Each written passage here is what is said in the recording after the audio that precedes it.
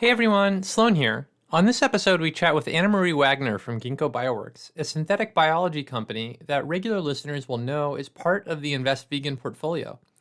In other words, both Ashby and I own shares in this company, so do with that information what you will.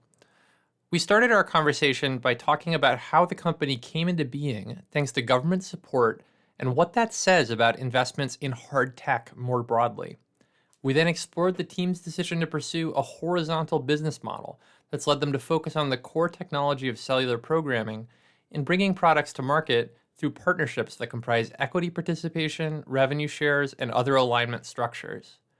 We then talked about how the existence of technology platforms like Ginkgo allow other startups to approach product development, taking in effect more shots on goal with each fundraising round, and what Anna Marie and the management team will look to as indicators of success for Ginkgo and the broader synthetic biology industry going forward. Then, as always, we took questions from listeners. This week, we talked about the size of the overall profit pool in asset management and how much we should expect will accrue to data providers. Which planet in our solar system seems easiest to terraform, which is obviously a hot question on everyone's minds. And of course, good books we've read lately. As always, if you'd like to ask a question, share a thought, or just say hi, please don't hesitate to write to us at freemoneypod@gmail.com. You would also do us a huge favor by writing a review of this podcast in the Apple Podcast Store. That's it from me for now. Take it away, Sharkbait. Ahoy, Free Money Podcast listeners! I'm Sharkbait Buckley, the Disclosure Pirate, and I'm here to set ye straight about what's going on with this here show. Sloane Ortel works for Invest Vegan LLC, a New York registered investment advisor. Ashby Monk works for Stanford University, Adapar, Future Proof, Long Game, and various startups. All opinions expressed by either Sloane or Ashby are entirely their own, and do not reflect the opinions of their crew or any company. Clients who Invest Vegan may maintain positions in securities and strategies discussed in this podcast. Advisory services are only offered to clients or prospective clients where Invest Vegan and its representatives are properly licensed or exempted and a client agreement has been executed. Arr! Here comes the money. Here we go. Money talk. Here comes the money. Money, money, money, money. Dollar, dollar. Welcome to the Free Money Podcast. We've got a very, very special show featuring Dog Ashby. Oh! Hey, everybody. Happy Halloween. This is coming to you live from inside Mystery Dog. I couldn't afford Scooby-Doo, so I had to get the off-brand. This is my Mystery Dog outfit. Today's the Halloween parade at my kid's school. And so we took it seriously. We might need a photo here, Sloane, for the show notes. Yep. I mean, I think, Ashby's for those of you who are, I'll try to do this justice. You've got a dog head, but with one eyebrow artfully raised. Oh, yeah. Question everything, I think, is the vibe. Yeah. Question everything. And also just a very big, maybe wet nose. Can we get a confirmation of that? Is the nose wet? And pro tip, you could have a Scooby-Doo outfit at lower cost, Free Money Podcast, lower cost if you find one called Mystery Dog. That's Mystery Dog. Yeah. Yeah, because that does look like an off-brand Scooby-Doo. Can I admit, this is really hot in here, so I'm taking it. Yeah. I'm surprised that you... So now we've made room for the mullet wig, which, I forgot to tell you, Sloane. I wore the mullet. This is my hockey outfit. I'm from Canada. You might not be able to pick up on this for the listeners at home, but I have what's called a business party, business up front, party in the back. A lot of hockey players go with this look, which I appreciate, and people from Catalonia. Yep. And also hipsters. It's is it back? I mean, you might accuse me of having rocking you have bangs. something. Those are called bangs. I mean, it's a really fine line between the mullet and the bangs, though. That's true. No, I think the mullet continues to be short on top, near to the back. Yeah. Yeah. That makes sense. So I guess I'm just not as tasteful as our Canadian. Yeah. Well, let's get our skates. It's almost wintertime. Anyways, happy Halloween, Sloane. Happy Halloween. This is a fun time in New York City. Do you have any plans? It is. One of my favorite DJs is playing a gig at a one of the queer nightclubs around here. So I'm hoping that I won't feel too geriatric after watching Dune on Saturday to go and shake my booty around. Dune at the IMAX? Dune on your iPhone? Which one are we going Dune? with? I think probably at the Alamo Draft House. I don't know. My friend bought the tickets. Oh, that's pretty rad. Yeah, they have really good cauliflower barbecue wings, relevant, of course, for the vegans among us. You know what? You just remind me of something. We would benefit from all movie theaters putting in those big lazy boy chairs and having the menu. There's one in Campbell. The menu. In menu, like you just hit a button, dude shows up, you're like, Chardonnay, please, and a nachos. Yep. And they come back with that to your chair. America is the greatest country in the world, truly. I mean, America! Sorry, the mullet has to come off. Yep. Yeah. It was like a double whammy of heat. Anyway, shall I do the news? Yes, please. All right, on with the news. News time. And next week, starting Sunday, is the COP, right? This is the climate conference. And these are the cop that progressives love, not the other cops. They want to fund this cop, not defund this cop. Yeah, exactly. Oh man, it almost sounds like we write this show. We don't. We do not. Anyway, first bit of news: ATP. I will not even attempt the pronunciation of this one. It's a Danish word. ATP, which is the Danish Industry Pension Plan, says that climate change, and I'm going to quote now, is no, I'm not. I know you're wondering, am I going to do the accent? I'm not. Yes. Is a fantastic opportunity to create good returns over the next many years. So they are taking a position. And if you recall, Sloane, ATP is one of those like super high performing pension plans. They're like New Zealand, like they just blow it out. And they're going to reallocate 1/5 of the fund's overall portfolio, massive, 20%, into green investments to generate alpha. I thought that was pretty cool. That's pretty great. Yeah, I mean, like I think our last episode with Paul Smith, he was talking about this, where like people are now talking about ESG as an alpha generator. Yeah. Not a risk mitigator. And god damn if that's not delightful. And it's, and then moving on to the Canada Pension Plan Investment Board located CPPIB. Yeah. This should put my mullet back on here for the Canadian angle. Just joking, my friends with the Canada Pension Plan. They've just hired their very first chief sustainability officer, bringing the sustainability issue into the C-suite to the executive leadership team of the Canada Pension Plan. And I will tell those youngins out there that I remember, it might not even be more than 10 years ago when the Canada Pension Plan was making the case that climate change was extra financial and they just had to focus on returns. Really? Oh yeah. That feels like an 80s thing. I know. You're like, when was that? 72? Yeah, that's like the first Obama president. The first.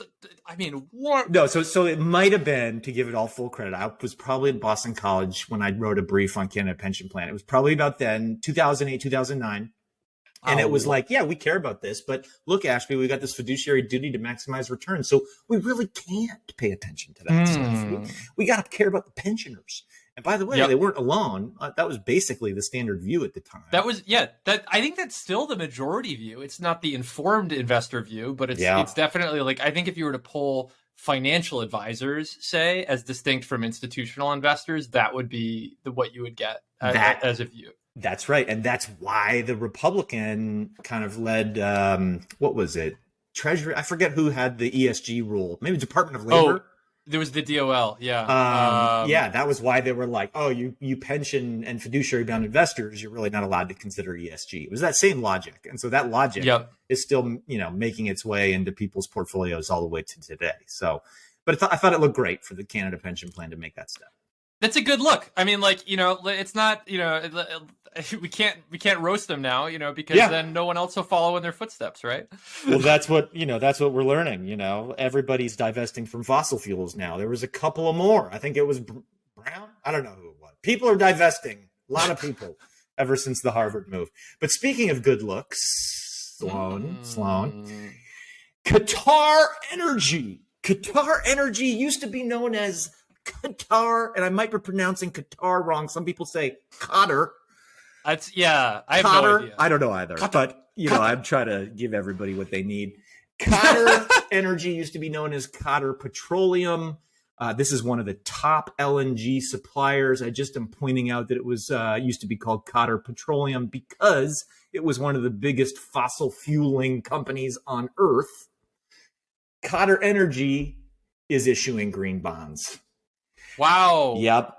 And part of me wants to throw up a little bit when I see these types of things. But I've been instructed that this is a positive thing because the proceeds of this green bond will go into trying to clean up these very dirty companies, the largest contributors to greenhouse gas. Not greenhouse. What is it? What is it contributing, Sloane? Carbon emissions. Emissions. Yeah, I mean it's and especially the LNG thing, like the methane leaks. Yes. On these kind of, I think one of the better arguments against divestment, or one of the big arguments against divestment is it pushes all the production offshore to those folks, like Qatar Energy, who may or may not have the best protocols to secure all of their stuff. I guess there's a case, but hopefully the covenants are pretty sharp. Yeah, and this is what takes me into. At first, I was like, do you remember when the news of the day, the news du jour, was that Philip Morris was doing an ESG bond? Yep. And again, we threw up a little bit, but then we got through it. Yep. And we're like, oh, okay, fine. Like these really bad actors in the world, like we don't want to, just completely excommunicate them. We want to bring them in and we want to help them change. Hopefully we don't have the levels of recidivism, they say. But, this is becoming a thing. And maybe it's because it's COP. But I also saw, last bit of news, probably the biggest sovereign wealth fund on earth, the PIF out of Saudi Arabia. What is the PIF? Public Investment Fund? That sounds like a reasonable acronym for them. I think it's PIF, Public Investment Fund. Maybe it's petroleum? No, it's public. It's public. They are also doing a big green bond. Huh. So, in Qatar and in the kingdom, we are seeing two big green bonds. I think this is becoming a trend. In fact, Kuwait has a sovereign fund that says they are going to invest in Saudi Arabia's green bond. Kuwait gets its money from oil reserves. Saudi Arabia is trying to clean up its act. They're issuing the green bond. It's becoming this virtuous cycle, I hope. Hopefully it's not greenwashing, but it could be a virtuous cycle of positivity whereby these organizations finance each other to clean their act up and, avoid that 2-degree, 8-degree future. And, with that, are you ready for like the best transition ever? Talking about a virtuous cycle where organizations invest in each other to bring about a better future. We have a guest. Perfect. Should I put my hat back on? Yeah, sure, if you want to. I'll leave the bullet off. All right. Our guest is Anne Marie Wagner, SVP of Corporate Development at Ginkgo BioWorks. And Ashby's wearing a funny hat. I'll take it off. Hey, Anne Marie, how's it going? I don't know if you saw Ashby's stupid hat there or not, but welcome to the podcast. Sorry, this is the Halloween episode. I'm trying to turn on my camera here. There it is. Huh? There you are. Thank you so much for being on the pod. It is absolutely delightful to see you. Happy Friday. Happy Friday. Yeah, Friday at 5:30. Yeah, exactly. It's the end of the week. We don't want to keep you for too long, but we're really interested in the trajectory of innovation, and how it gets funded in particular on this podcast. And so, I think Ginkgo, huge IPO. I own the stock. Ashby is a client and therefore also owns the stock. Can you talk about how Ginkgo's funding sources evolved, right? Starting from being a DARPA kind of project or defense budget project to this great IPO that y'all just had. Yeah. So the thing to probably understand is that I feel like most investors really like pattern recognition, right? So So I think for that reason, like tough tech is often really hard for VCs to fund or like later stage investors to fund, right? Because like the tech's not proven. The tech, like new technology usually drives new application areas, new use cases. Many of those applications and use cases like also aren't known. So that's not proven. Then like those new applications probably need new business models. So like that's not proven either. And so like there are literally like no patterns to recognize.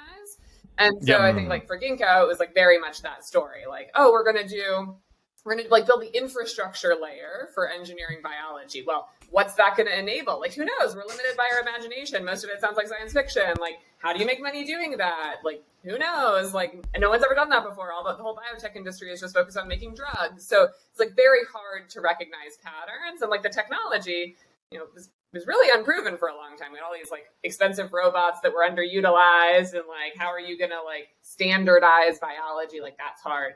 And so thankfully, like there are really great, like innovative organizations within the government and academic institutions and others that will do like grants and early stage funding for some of these tough technologies. So really for the first like 6 years of Ginkgo's life, it was some combination of like bootstrapping and, like things like SBIR grants, like DARPA projects, things like that, with government, with academic sources, et cetera, as we sort of figured out the nuts and bolts of how we were going to approach this really hard problem. And then in 2014, we did Y Combinator, and we were the first life sciences company to go through YC. Everyone told us not to, that we were crazy, like they don't understand anything about biology, like why would you do that? But I think we actually found it really helpful because, again, like when you're doing tough technologies, you're having to figure out like how does the business model work, et cetera. It's not going to look like there's not a pattern, right? It's not going to look like what you've seen before, and so it's helpful to become a student of many different types of business, right? And so we had been students of the life sciences space, the biotech space, having kind of grown up in that ecosystem. But here was an opportunity to now become students of like the technology sector where, horizontal platforms existed. And like, how would we talk about that? How would we think about that? And so I think it was a really helpful program for us to sort of clarify, how do we want to approach building a business around this tough technology? And coming out of that was when we did our first real fundraising round, which was, I can't remember what we called it, if it was a Series B or I don't remember what it was, but that was around when like Viking came in. We raised a big, kind of $40-50 million kind of early stage round at that point. And then from then it's looked like a more traditional kind of like VC backed growth trajectory, and obviously culminating in our IPO this year. So it's been a pretty remarkable journey. Yeah, and just got to give it some time to ferment, shall we say, at the early stage. Fermenting for a long time. It's right. It reminds me to hear you talk about it. I know this is off topic a little bit, but it just reminds me of like the clean tech boom and bust. And bust? Like, yeah. Like, I know you're not busting, so good job. But like the way you just talked about like the need to solve like technology, market, revenue, like those companies really had to solve for many things at once. So it kind of makes it even that much more impressive to hear your story. The thing that's super interesting too about that is like a lot of really good ideas come before the technology is ready for them, before the market is ready for them, right? And so like there are examples of customers on our platform, like Genomatica is an awesome example of this. Like they've been around since '98. They lived through that clean tech boom and the clean tech bust, and like are having like a real moment now with like 3 products getting commercially manufactured, a partnership with Lululemon. Like it's awesome to see them really have their moment as a product company in a version of clean technology. And again, seeing them like they sort of went after it the traditional way, vertically integrate, build stuff. It's hard, and now they've got still really talented scientists at Genomatica, but also are working with us, and so also playing with like, what can these new technologies and the type of scale that Ginkgo offers kind of add to the equation as well, which is really neat to see. But that's probably a good place to get into this decision that you guys took to like not be a product company, right? which I imagine you got a lot of advice to the contrary. Like, yeah, just find something, make it real good. It'll let your customer keep 90% of the economics. That doesn't make, if you're so good at this, don't you want to get all the value? Yeah, we've heard that. Yeah, exactly. So, like, yeah, talk us through that decision and like, what are the strategic implications of that? Yeah, so I think the real realization was, if what we're building is at its core something that benefits from scale, then you need scale. And it's really hard to get scale if you're going to focus on one really narrow application area. And it's really hard to be vertically integrated and own your own products in lots of different spaces, because the vast majority of what you're doing to bring a product to market is not reusable, it's not repurposable. And so you end up having to focus. Like, management doesn't have bandwidth to be good at running clinical trials and be good at formulating and marketing new beauty products and be good at running field trials in agriculture. Like, it's just impossible. Right? There's a reason why most product companies, all product companies that are successful, basically, are focused, or are massive organizations with focused divisions. Yep. Right? Yep. And so for Ginkgo to get the scale and to operate horizontally, we couldn't focus on the things that were product specific or market specific. We had to focus on the shared element. And the shared element is the underlying bioengineering piece. And the insight there is like, look, if you walk into a lab in Cambridge, in a biotech company making therapeutics, and you walk into a lab in, Iowa that's working in the agricultural sector, or you walk into a lab in South San Francisco that's making some bio-based, material, like, they all use the same equipment. The same like bioengineering tools are the same regardless of the application. And so that's the piece we can consolidate. Now, the workflows are slightly different, the reagents you use are different, but like, it's all the same fundamental technology. And so if we can figure out the really hard challenge of breaking down that complexity into discrete little unit operations and then building kind of software and automation to run that diversity at scale in sort of a manufacturing like context, then we can have a shared infrastructure that works on all those different problems and benefits from the scale that we're looking for. And so that was the real insight, and it drove a lot of decisions around how we built the business and how we built the business model to really try to reduce the cost of development for our customers, reduce the technical risk of development for our customers, but still participate in the downstream value, even though we don't actually have to be responsible for commercializing product ourselves. That's a perfect tee up for this next question, which is about that deeper alignment with the companies that are building products on your platform. Obviously, scale, you've just described it, like, means reducing the barriers to getting onto the platform, which means you've got lots of companies, building for your platform with your platform, and then finding a way to participate in that value downstream. Like, you guys have like taken the really creative approach of doing in-kind investments in startups, and we'd just love to hear about, the evolution of that program, how you've done it, and how many of these types of in-kind investments you've actually participated in, if you're allowed to tell us. Yeah. So I might start by just explaining how the business model works, like the financial side of the business model. So there's sort of two main ways in which we make money. The first is we charge up front, like a service fee effectively, for people using the foundry. That's what we call our labs, right? And so if we run an experiment, we use a pipette tip, someone spends an hour working on something, you kind of pay us like a service provider for that service. But then there's like an app store side of the business model where it's like, if we do good work for you and you get a product and that product goes to market, we want to benefit from the success of that product. And so there's like a reach in, sort of like Apple takes 30% of your product sales if you make an app on the App Store.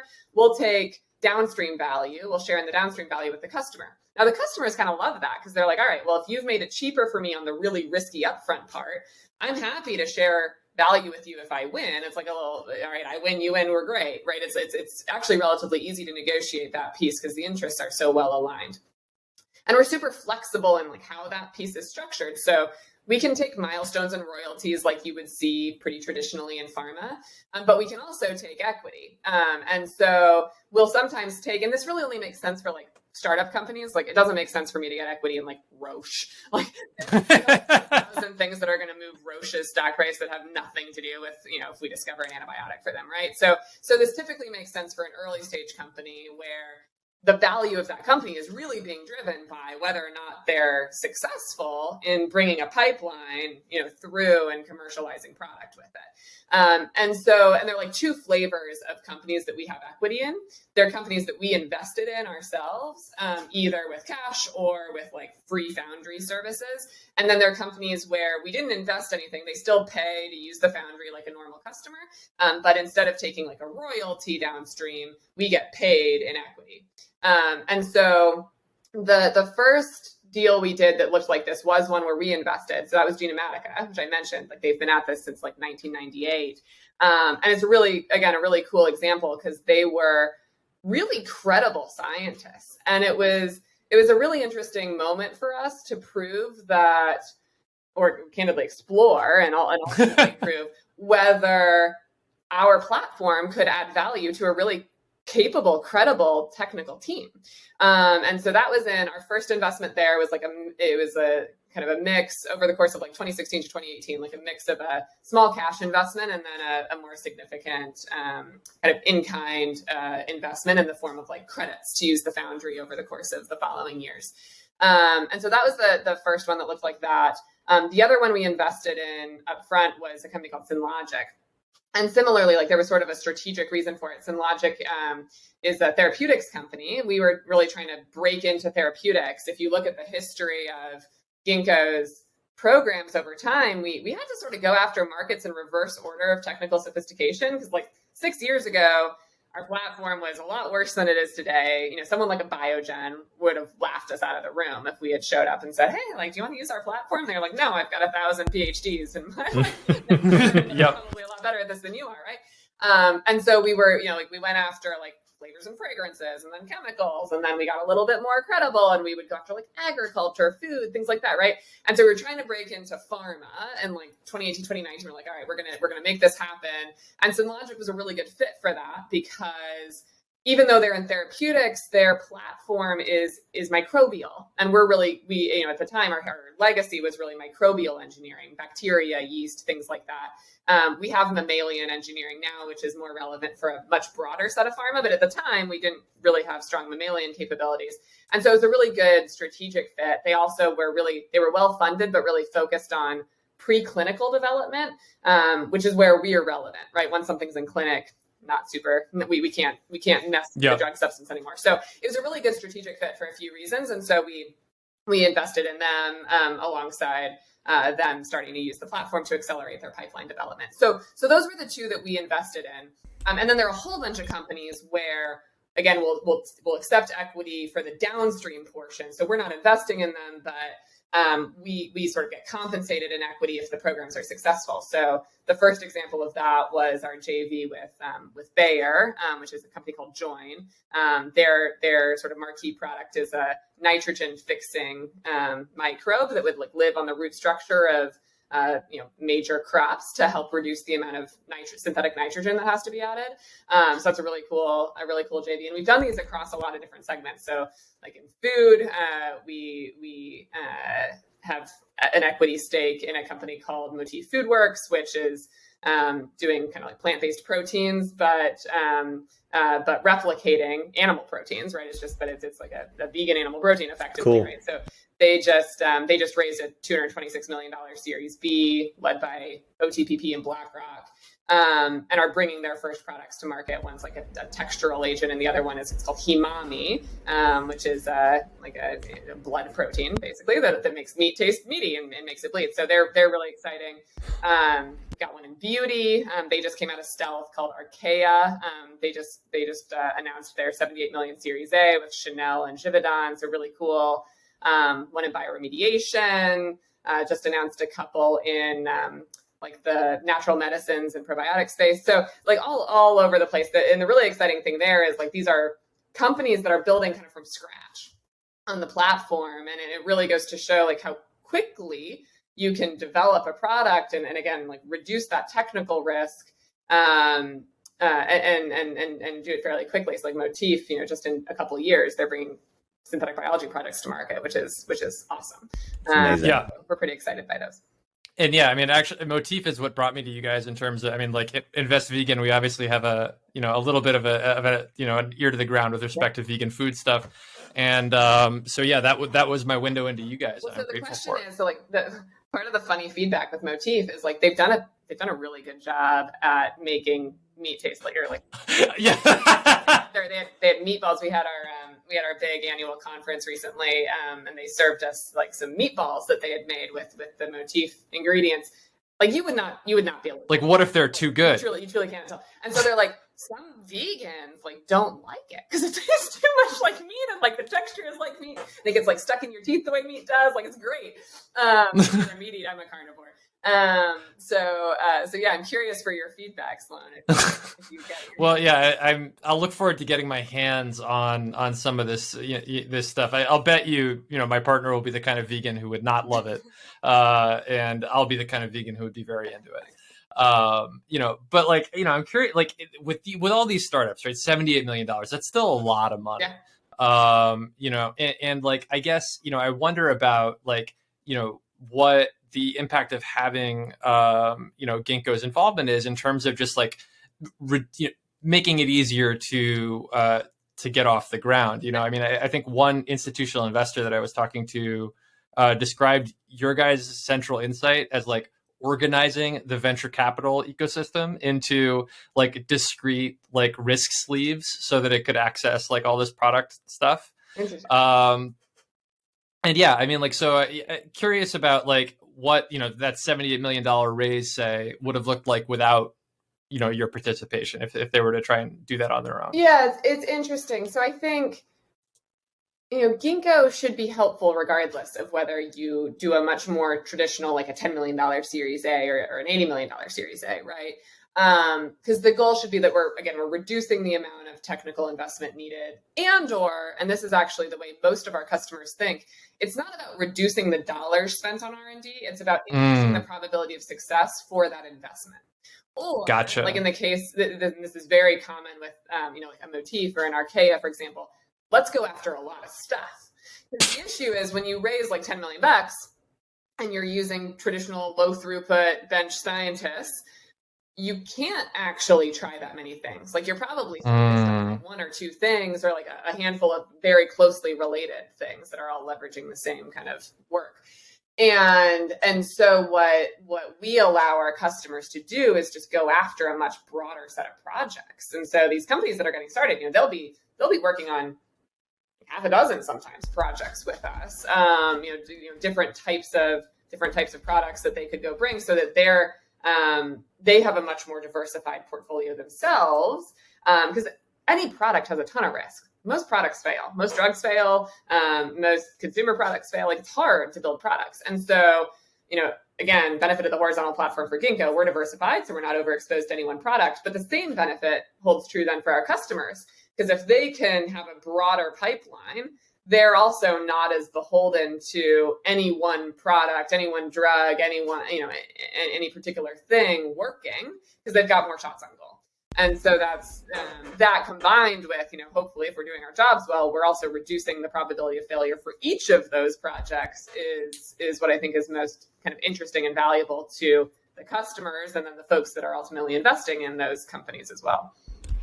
It is like the fundamental transformation of like the early stage capital market, where you guys are reducing that fear of that risk of like absolute failure by allowing these companies to do more. And it kind of reminds me, like with the iPhone and even just like the ecosystem of Silicon Valley, where everything is geared towards like reducing the cost to get to that minimum viable product. And it does feel like you guys have a transformational like impact on helping companies get to the MVP. That's the goal. That's the goal. I mean, although the thing I'll say, though, it still feels like we're so early. Yep. I think we're going to look back in like 20 years and be like, oh, how quaint. Like, oh yeah. I mean, my earnings model for you guys is like a smiley face emoji, basically. Like, it's like, I like it's a pool of complex payoffs, and like, that's a good final like lead in for the big final question for you, which is like, about impact. Like we wanted to like ask you, obviously, like we can all like wrap our head around how impactful this could be. I mean, just some of the examples you've like rattled off, like environmental impacts, all these different impacts. So, but for you guys as a company, like what are those, what we would describe as in quotes, non-monetary indicators? Like, you know, I think I hear a cat over there. Yeah, it's my my junior equity analyst here is really what's their name? Sammy. Yeah. She's very insistent on her right to be petted and played with on demand. Oh, she's up on the desk. That's awesome. So, but give us some of your, like, what are the impacts that you want to like have on the world just beyond obviously profit? Like walk us through some of them. Yeah. So we're kind of nerds. And so our mission and the thing that really like gets us up is like the biology itself. Like the recognition that biology is this like powerful, freakish alien technology that we still know almost nothing about, but is the only thing that we're aware of that operates both with like nanoscale precision and global scale, right? Like just look at plants. And so for us, I think, again, and part of the reason for the business model is we have a bit of humility around recognizing that we probably can't foresee the most impactful things that biology can do if directed in the right way, if engineered in the right way. And, you know, again, I think some of this humility comes from Tom, one of our co-founders who grew up in the computing industry. And he lived through that era where at one point you had to be an electrical engineer, and really the only things computers could do at that time was like glorified counting, to a world where, you know, like my 4-year-old can program computers because they're so easy and so accessible, and we can be doing video conferencing. And, you know, it's just like it's transformed a bunch of industries. Like biology is way more powerful than computing. But we're limited still today. We're like in those early days where we're limited by our imagination. We're limited by our understanding of the biology. And so for us, I mean, obviously the most exciting things for us are going to be the things that very few other people care about, because it's going to be like the nerdy biology stuff. Like, oh, we reused this biological part for something totally different. That made it easier, you know, and it's just like solving those problems. Or like, you know, one of the things we just talked about at our conference was the concept of like CDKs, cell development kits. So the idea that there are certain problems that we've defined well enough that they're easy.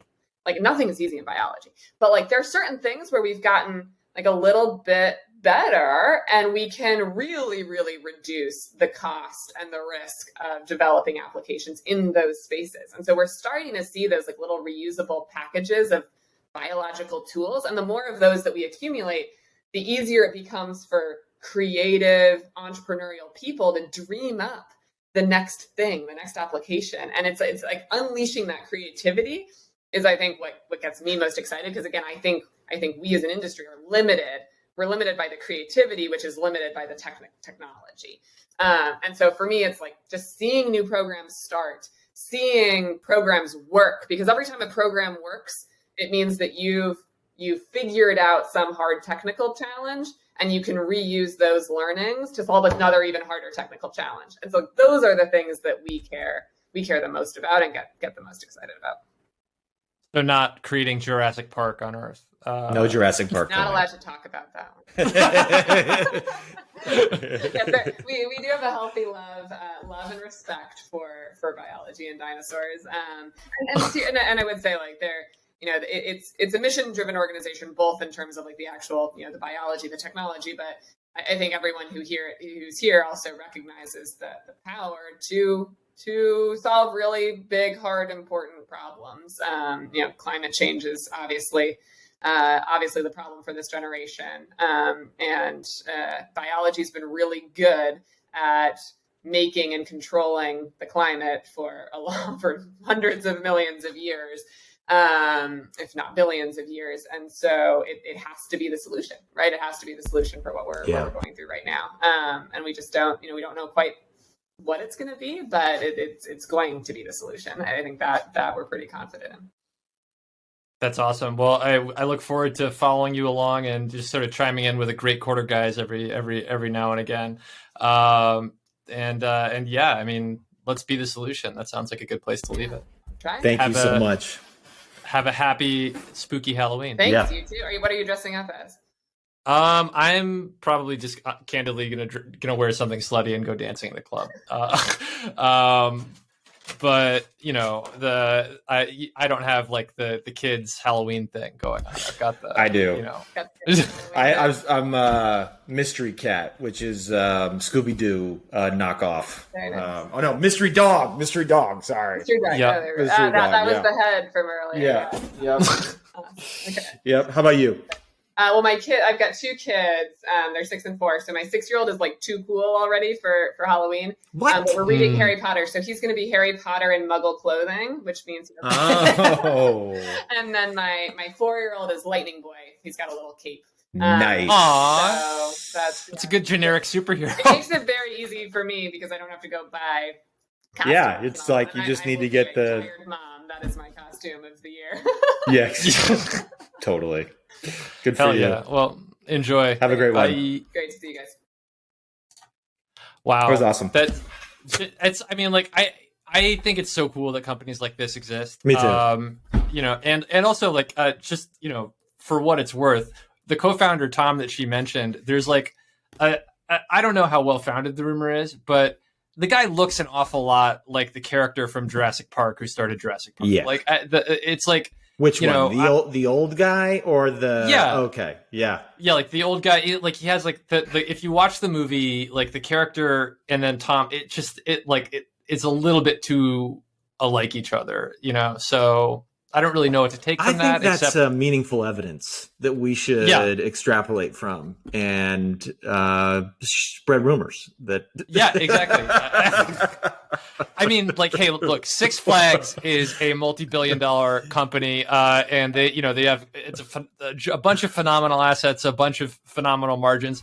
You know, if they could really pull this Jurassic Park thing off, think about the implications for earnings. I mean, My God. You know, it's like on the one hand, like a horizontal platform where you can have a piece of all these startups. On the other hand, you sell hot dogs, you know? Yeah. And merch. Yeah, exactly. Hot dogs made out of the food, whatever it was. yeah. The umami or the fake meat. Anyway, I almost asked her for an investment in free money, but I was like, in the email chain, I was like, we're definitely going to make a joke about our own kind of drinks startup, Yes. Portable Alpha, and like how we can work with them to make it taste more orange. yes, we are we want to be the most orange tasting beverage. Yeah. Yeah, exactly. Globally. Yeah. Yeah, like I mean, people are used to what they think orange, but like she said, we're limited by the imagination. Yep. We're limited by so yeah, I regrettably forgot to make that joke. But you know what? We forgot because building stuff is hard. Building stuff is hard, and guess what? It's a transition that actually worked, I think. What is that? What about I picture like wind. What is that actually? It's like from like like a news show or something where they're like, all right, next story. Okay, perfect. Good to know. All right. It's one of the generic side effects, but it's labeled as transition too. So I was like, ooh, that is nice then. Well, we're building stuff, the two of us, and it's hard. What was hard this week for you? Let's see. I'm gonna go with just kind of doubling down on conviction. Okay. Because we're taping at the end of October. It was a good month for the strategy, but I realized in the middle of it that I owned too many stocks. Like I had 48 positions at the beginning of the month. And that's because, some of them overlap. Some of them are like, multiple positions in the same industry. But like, I think that it was diluting the effect of the research a little bit too much. So I basically just went and decided to kill some of my darlings. And that's hard to do. It's hard to do. Yeah. Well, they what say about the for you? magic number's 30. Yeah. You yeah, know, exactly. 30 Like, companies in a portfolio, you get true opportunity for alpha. Exactly. 15 to 30, and like, I mean, we're gonna let it evolve. We're Cool. just gonna see, how it unfolds. But yeah, I think we're culling probably between 15 and 20 in the next rebel. My hard thing, not to take away from your hard thing, is a little bit different. It is related Equally to valid. the disappointment that other people have in me. I think what I've come to realize, I had something else, then I had something happen today where I was like, God dang, one more person disappointed. And I think you went to the Halloween parade in an off-brand costume.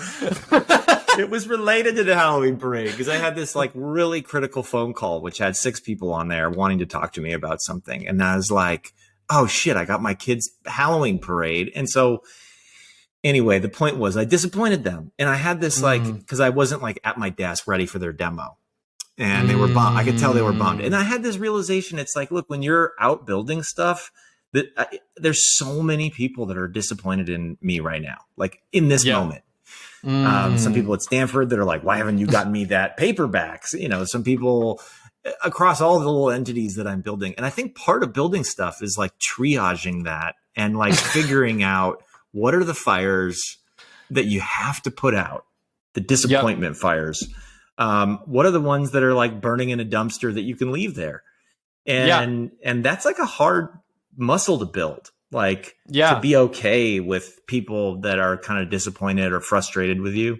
I think people in media, like we're inevitably going to have a lot of haters just because this is such a big, successful thing one day. Oh yeah. Yep. But it's new when you get into the world of entrepreneurship. I don't think you realize that like you're going to have ambitious goals. You're going to be moving fast, and then people are going to get their toes stepped on. So anyway, that was my deep thought.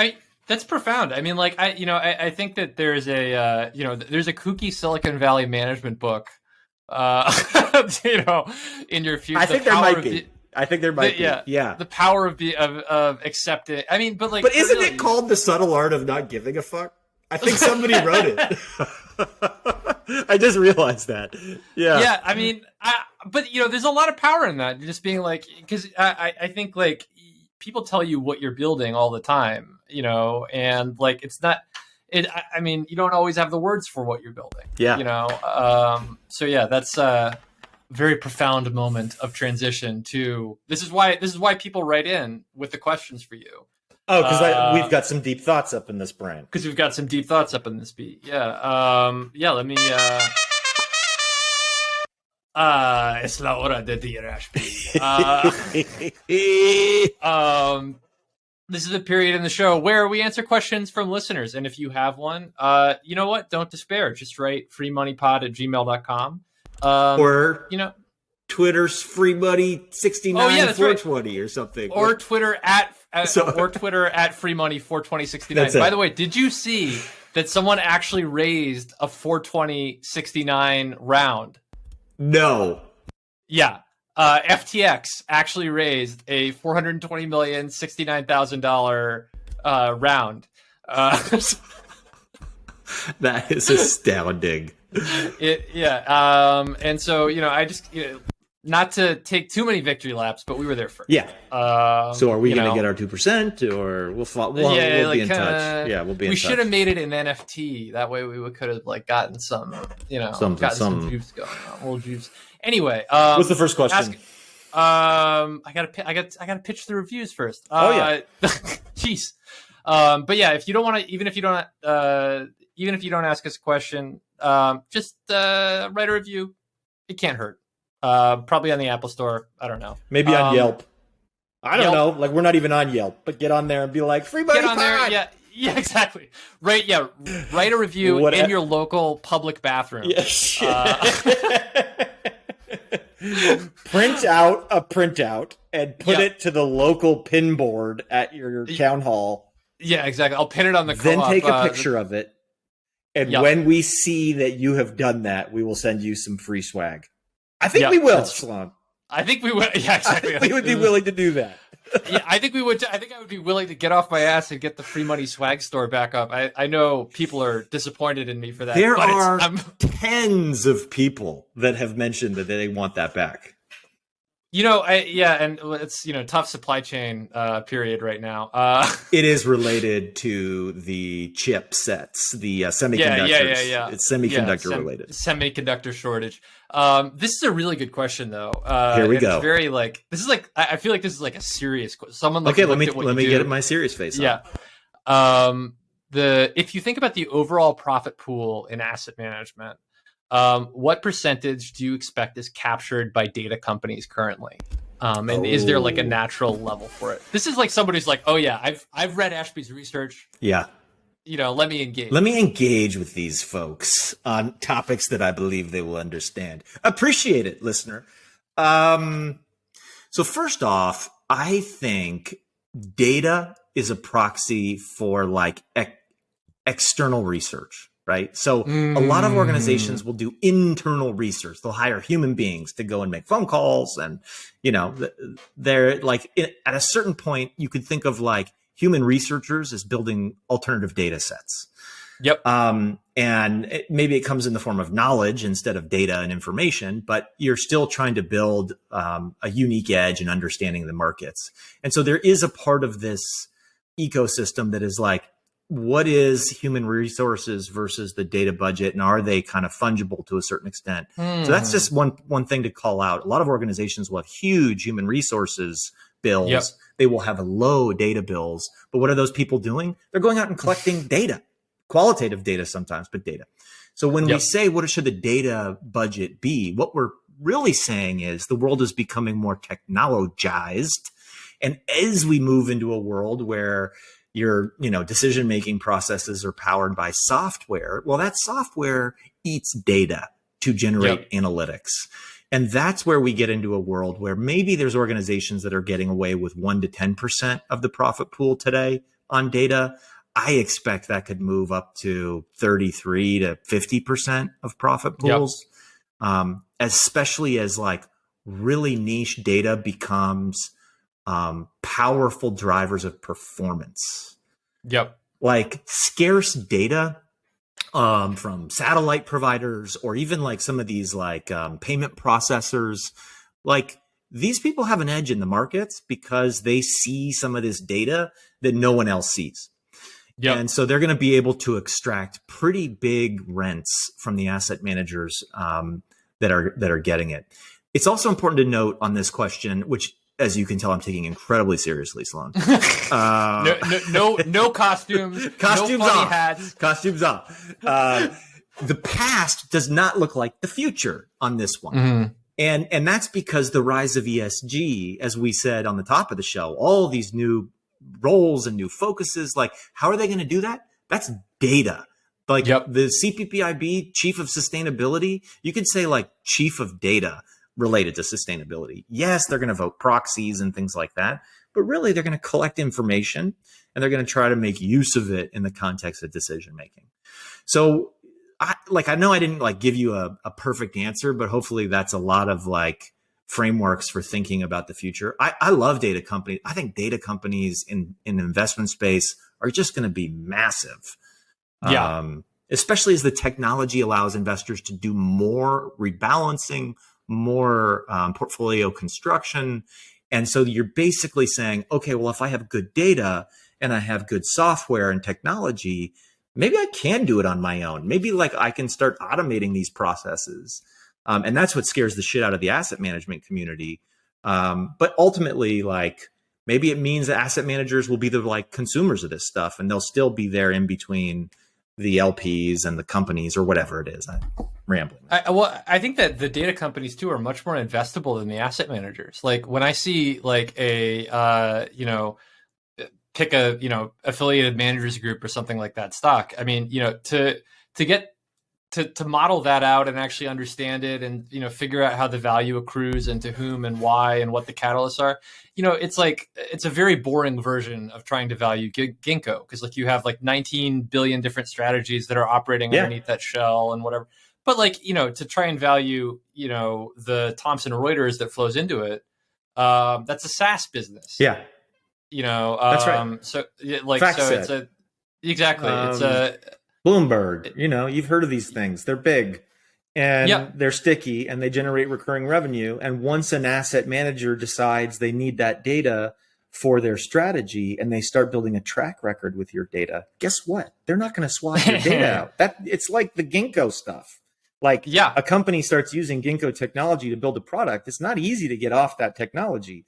It's the same with this data stuff. You start delivering like a performant track record with, I don't know, Sustainalytics data or net purpose data, back to Sam Duncan on our show. Yeah, exactly. Then you're off to the races. You got a sticky client for life. That's the great answer to that question. This next equally serious, equally based in your expertise question. Let's say hypothetically we're going to terraform a planet in this solar system. Which one do you think is most likely and why? The only part of this question I dislike is the hypothetical nature. I think this is legit. We are going to do this. I mean, Elon Musk is going to be a trillionaire. He's going somewhere. He's not sticking around. He better not. We can't handle that guy. You got to get him out of here. Get him out of here. So the obvious thing, which I'm not going to say, is Mars. But let's go with Titan, the moon.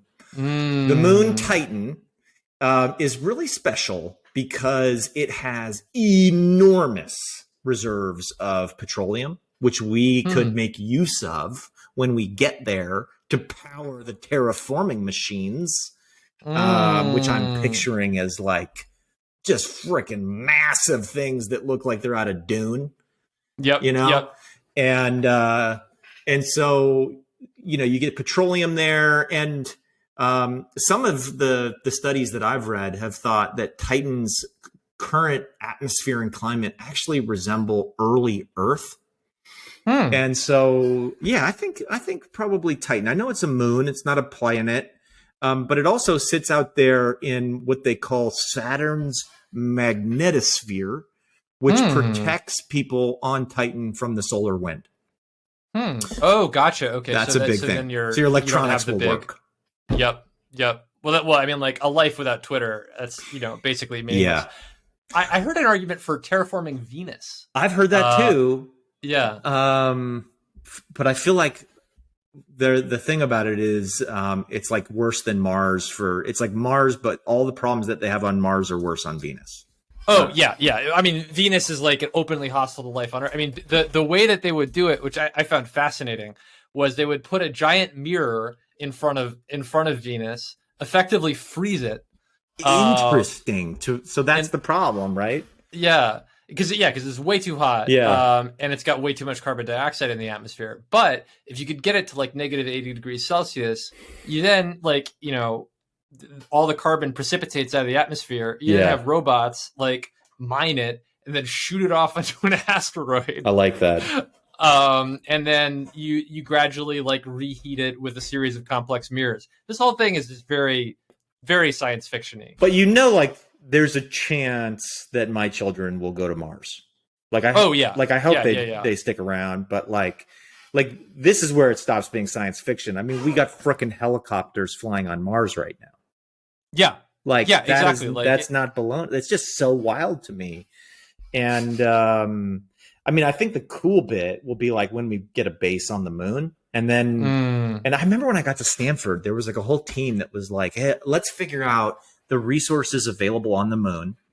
This was in our engineering school. There was a team that came together to think through what could we grab in terms of like the materials on the moon to build more things. That's so cool. Isn't it? Oh my God. Yeah. Have you ever seen that movie Ad Astra? I haven't, but it's on my list. Oh shit, I just made your day. It's a bit weird at the end. I won't ruin it, but it's a bit freaking weird. But the part on the moon is like, you're like, that is not that far away. We are almost going to have that. Yep. I mean, it's all about money, you cannot tax those billionaires, Sloane. We need them. What if we simply taxed them and then paid for a space program? Actually, now you're talking. Maybe they get behind that. What if we tax you, but they give you the money back to your space company? Yeah, Democratic treasures of America are like sitting there like, oh yeah, great idea. Great Tobias, point. you got it. That's you Yeah, can yeah. have that one. He's running for governor of Oregon, by the way. Tobias Reed, future governor of Yeah. Oregon. You Yeah, heard exactly. it here. Not first, but maybe Probably, like, 800th. last. 800th. Yeah. We just exactly. love Tobias Reed, and we think he should be Yep. governor. We are Yes. yes to Tobias, and his dog sent me an email the other day. You know His how dog like sent you an sometimes email? the politicians get their animals to send emails. And then I got a text message from like somebody on his team. I don't think it was personal because she never wrote back. Mm. And I said, look, I will give your guy $1,000 if you can deliver another email from his dog in the next 24 hours. Tobias is just sitting there with a gun pointed to his dog's head. Like, Doggy, you better email Ashby. yeah, exactly. Anyway, I never got all the right. email. So sorry, Tobias. No money for you, Yep. pal. Aw. All right. Well, last question before we get to the all important garden. Oh, I got a tip. good garden tip today, but let's get to this last one. Read any good books lately? Oh, that's an easy one. I have read good. I have two ones on this one. Oh, really? Yeah, so I have a fun, like, we got a long weekend for Thanksgiving coming up. I read Andy Weir's Hail Mary. Huh. He did The Martian. Yep. And then he did a second book that was kind of bad. I forget what it was called. But this one is super fun. This is Hail Mary is like the sun is like getting dimmer. And we need to like figure out why it's getting dimmer. And it's like there's like a whole bio like component here that reminds me of the ginkgo. Because the solution to the sun is actually to inject a biological thing into this ecosystem. Anyway, the point is it's really fun and it's a short read. And then the other one that I would say I enjoyed was this thing called The Science of Enlightenment by Shinzen Young. Oh, wow. And I think he must have broken a bunch of rules of like Zen Buddhism because he just like talks about what it is to be enlightened and the science behind it. And so I found it really fascinating to get into like the scientific rationale for like what it is. Cause you've seen all those like, MRIs of the Buddhist monks' brains look different. Yep. He goes into that with like a full scientific lens of like how you get there, why it happens, and like how you can like cut the line so you don't have to spend 20 years in silence in a cave. Which I like. I like that to sounds not do pretty that. great. Yeah. Enlightenment as a service up next. Holy shit. That's free money's next vertical. Yeah, exactly. Enlightenment as a service. Yeah, ELAS, baby. ELAS. Fuck, we need to call our patent attorney. Yeah, exactly. That's a process patent. That's what we call that. You know what we need to do is get like a vertical enlightenment company to partner with to de-risk our. We're the horizontal enlightenment platform. People plug into our platform for other enlightenment products. We just take a cut, We just take a cut. Yeah, we'll just enlighten your, whatever it is, your asset management services. What did I read recently? I read, When Brooklyn Was Queer, which is so like for a lot of people, the modern history of queer rights begins with Stonewall. Yeah, what a great bar! I've been there. Yeah, it's a great bar. Great. My dad lives around the corner from there. Oh, really? Yeah, he grew up there. Huh. How did he grow up to be a Republican pundit? I have no idea. It's a cool neighborhood. It's a cool neighborhood, but yeah, like so the Stonewall was like way, way, way not the beginning of it. I mean, Walt Whitman, openly gay, wrote about how much he loved having sex with men all the time. And from his day, like 1848 onward, Brooklyn was a hotbed of queer history, queer rights. Interesting. So especially around the Brooklyn Navy Yard, which was a place where all sorts of folks from all sorts of different races and classes and whatever were able to mix, mostly for gay men until the lead up to World War II, then for gay women during World War II. So it's just kind of like a tracing through of all of that great queer history. I learned there are photographs of like trans sex workers from the 1910s that have survived. Which I found just like there's so much of this like erased stuff that you just don't get. So that's my book. History is often written by the mainstream, right? And so exactly. these were the oppressed. So it's great. I'll check that out. One great vignette from there was somebody in Brooklyn Heights wrote in to be like, there are too many homos around here, to the local neighborhood. And then like right after that, like 40 people wrote in roasting that guy. Like just basically like, get out of here. Like, get out of here. You don't have to be here. Yeah, exactly. Like this is a gay neighborhood. If you don't like it, get out of here. But then about 10 years after that, I think that was like in the 1910s. Then 10 years after that, it was gone. Interesting. And, so it was this like vanishing moment of like queer awareness in the early 1910s. Oh wait, my transitions get better and better. Did you mean to have a laugh track right there? You had like a deep thought, and then it was like laugh track. I meant to have, that's nice. The applause. The applause. Yeah, no, that was a great recommendation. But the laugh track is, whatever. What's happening in your garden, Sloane? Right now, not much. We're still putting it back together. But what can I talk about? Oh yeah, we got our aquarium plants pretty dialed in. I don't know if I've talked about this much on the podcast. But, Claire has been spearheading a diversification of our gardening efforts into aquarium-based plants. So we now have 4 aquariums up and running. Do you have critters in them? Yep. We got shrimp in them, which are like, they're the freaking cutest. They look like they're tap dancing all the time. That's amazing. We also have mystery snails, which look like little wizards. Like snails are shockingly interesting. Oh yeah, that's amazing. They've got these big floopy arms, and so we're using something called the Wallstad method, which unlike a traditional. And I'm going to butcher this, but like unlike a traditional tank where you need CO2 injections and lots of hardware and all kinds of crazy stuff, in the Wallstad method, you just use compost from your garden as the substrate of the thing, and then root the plants in the compost underneath the water. Amazing. So you have like an actual biological soil self-regulating ecosystem sort of thing going on. So not all of us are lucky enough to live in California. I know you got to bring your plants into the doors. Yeah, exactly. But aquariums you can put them in a basement and have a whole bunch of, like, it's a great way to put plants where you don't have light. That's awesome. It's been really rewarding, and it produces lots of good looking at living things time. Yeah, I love that. I'm going to, we used to have like a bunch of fish, and then we moved, unfortunately. The betas didn't survive the move. But I love it. I'll check that out. In terms of my garden tip, wildflowers. This is when you should go throw a bunch of seeds, at least out here in the West Coast. Take your wildflower seeds, go out to this damp soil, and just throw them everywhere. Because if you go and sprinkle them around, this is when they take root, and then in the spring you'll have tons of wildflowers. So that's my tip. You get your beautiful wildflower meadow to roll around. Oh yeah. That just sounds very luxurious. Yep, it does. It does sound luxurious. You are rolling around in the dirt, but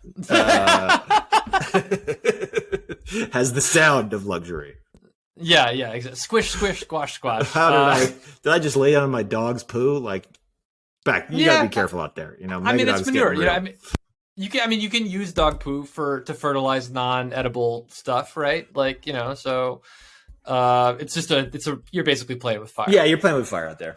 I got my own Gingko platform in the backyard. It's like dog poo everywhere. The thing, I've got a lot of different verticals. Yep. Yeah. A lot of programs at work. Yeah, exactly. Well, I like when we get our SPAC going, maybe we could just take your backyard public. We should. I'm still waiting for somebody to offer to pay me my carbon credit for all the planting I'm doing. I do it like, this is a total departure, but like, I am sure that at some point somebody will figure out a way to monetize sustainable backyard practices as carbon credits. Yeah. Like, I'm about to plant an oak tree. Did I tell you that? No. Yeah, so I've planted sequoias and redwoods, and I'm gonna plant a new little oak tree. A friend of mine Aw. gave me an oak sapling, and those that's 400 years of carbon sequestration or more. Yep. It's massive. Yep. Good numbers. And Good I numbers. will plant it in the ground when somebody pays me $20. And not a second before. You hear me, listeners? Or I'll plant it in the ground if you go to your local city hall and you print out, listen to the Free Money Podcast. Yeah, exactly. It just if Hit it someone up reads there. if someone reads it into the permanent record of Congress, Or their local school don't know board. what I'm cool with either. Yeah. Local school board's good too. Get it into a government document, and we'll release a perk. We'll get a perk out there for you. Promise. We'll do your voicemail. Yeah. Oh shit, that's a good one. Yeah. Welcome to Ashby Bug's voicemail. This is where you get the Bay Area consensus. Exactly. You can leave a voicemail. Ah! We love you. All right. Bye. Yeah. Bye. I'm looking like